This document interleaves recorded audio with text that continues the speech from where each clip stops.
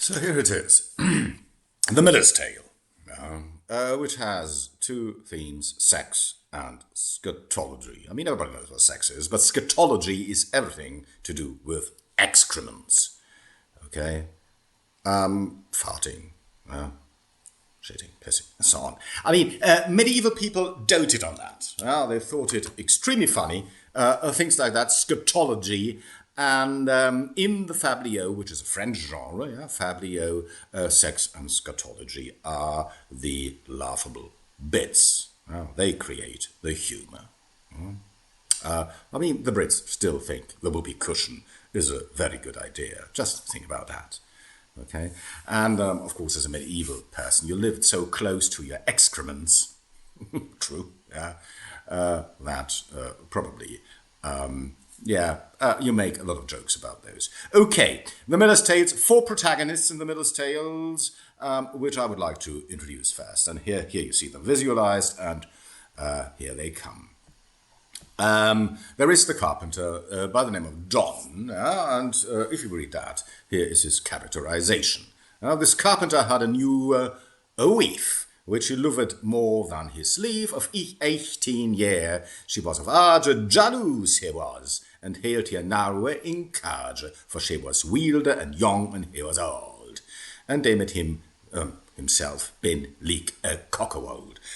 What this means, there is an old man by the way of John the carpenter, who has a very young wife, and he is very jealous, and he thinks of himself more as a cuckold. Okay, here we go. And this already, right from the beginning, we know what's going to happen, of course. I mean, this young wife is, of course, going to be unfaithful and turns him into a cuckold. This is a very, very traditional medieval topos, the senex amans. We'll call that in Latin, which means the loving geriatric, if you like, who's 60 years old and has a very young wife. And this is, of course, not good news. You should, by way of context, also contemplate that in medieval times this happened quite a lot, that you have very old husbands and very young wives, because, I mean, the life expectancy of women was very much lower, in spite of war and everything, than those of men, because, I mean, loads of women died in childbirth. I mean, don't underestimate that. So, yes, you had certainly an oversupply of old widowers, if you like, okay, who are comparatively well off and have young wives. Okay, this is John. Then you have Alison, and we learn that she was a primavole, a pig's near, okay, for any lord to leggen in his bed, or for any good yeoman to wed. Very medieval, she was very attractive, and to have sex with for aristocrats, okay, and for lower people even to wed. Please, it's also very medieval, that in terms of what kind of women are, of course, marriage material, if you like, and others for whom, and just to leggen in his bed. Okay, anyway, an attractive, sexually active young wife, all right, John the carpenter. Then you have this one here, Nicholas, a student, a clerk. This clerk was clever Henry Nicholas, of Daneluf he could, and of Solas, and thereto he was sleek and full privé, and like a maid and maker for to say, a chamber had he in that hostelry alone, without any compagnie. Okay, he is a student. He is good-looking, Hender, this is his major epithet. He knows everything about secret love, wow, and about fun. He is cultured in a way, but he has a room on his own, which is very much the exception in medieval times, okay? But if he has a room just for himself, not sharing with anybody else, of course, it's clear what's gonna happen there. Okay, then you have the fourth here is Absalon. He is an apprentice priest, if you like, very much a wimp. Okay, not like Nicholas, a student who has fun and so on. He is very much,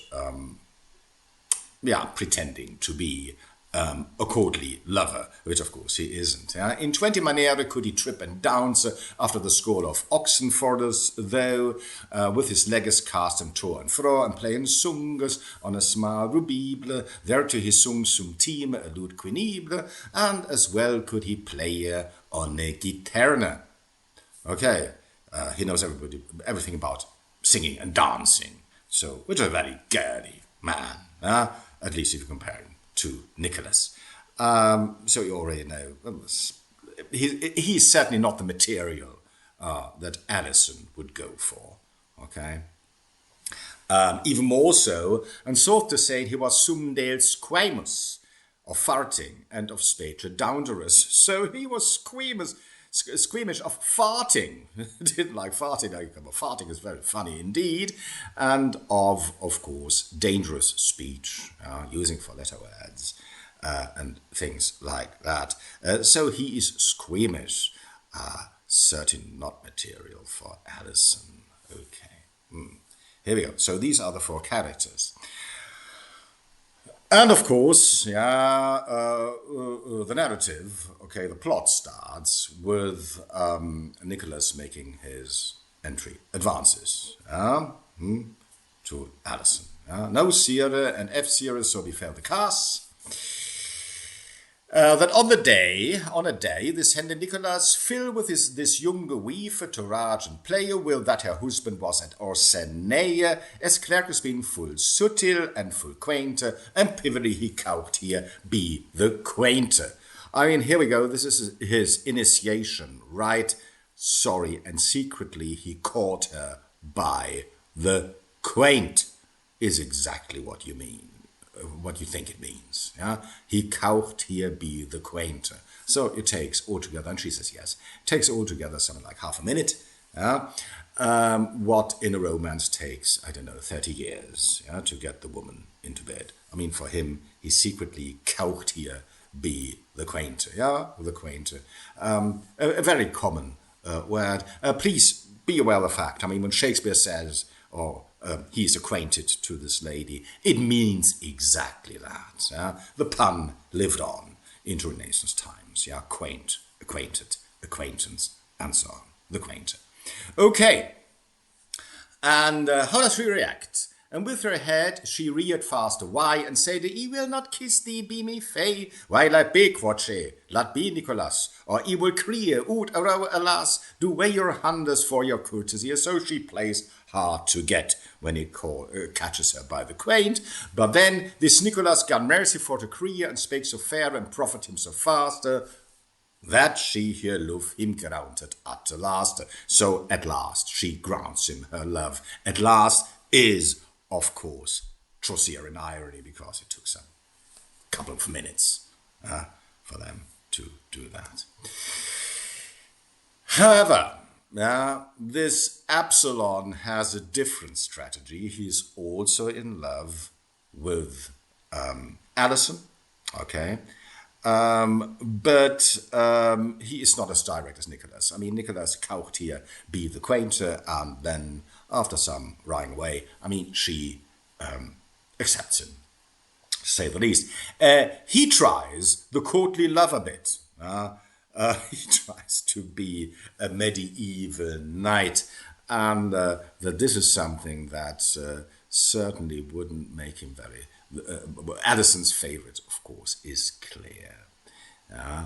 And the thing is that the two of them, Nicholas and Alison, they got rid of John the carpenter somehow. I don't want to go into detail with that. They are having sex up there in Nicholas's room, and so this Absalon, apprentice clerk, comes to the window and woos Alison, which is, of course, very ironic because she's just having sex with the other one. Okay. And he says things like that. Nu, dear laddie, if thee will be, I pray you that you will rue on me. I mean, have pity on me, if it be thy will, he says.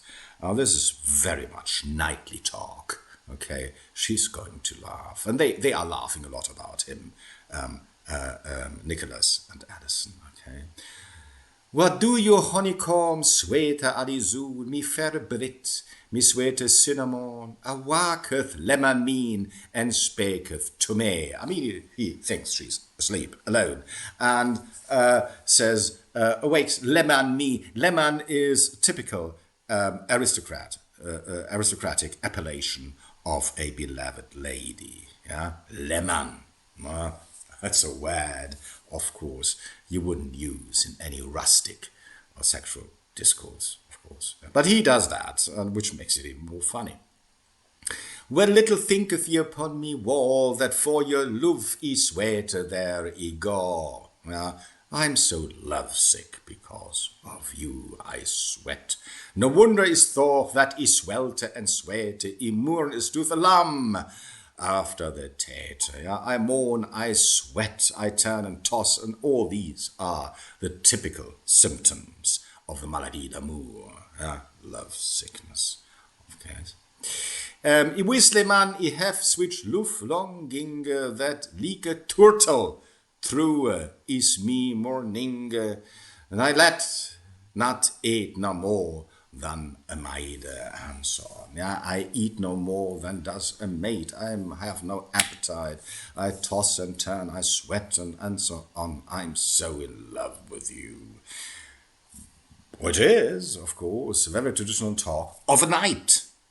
Okay, but not of somebody like Absalom. And certainly not incongruous or referring to a lady, in inverted commas, like Alison. Okay, all right, we'll take it from here. Second part is coming.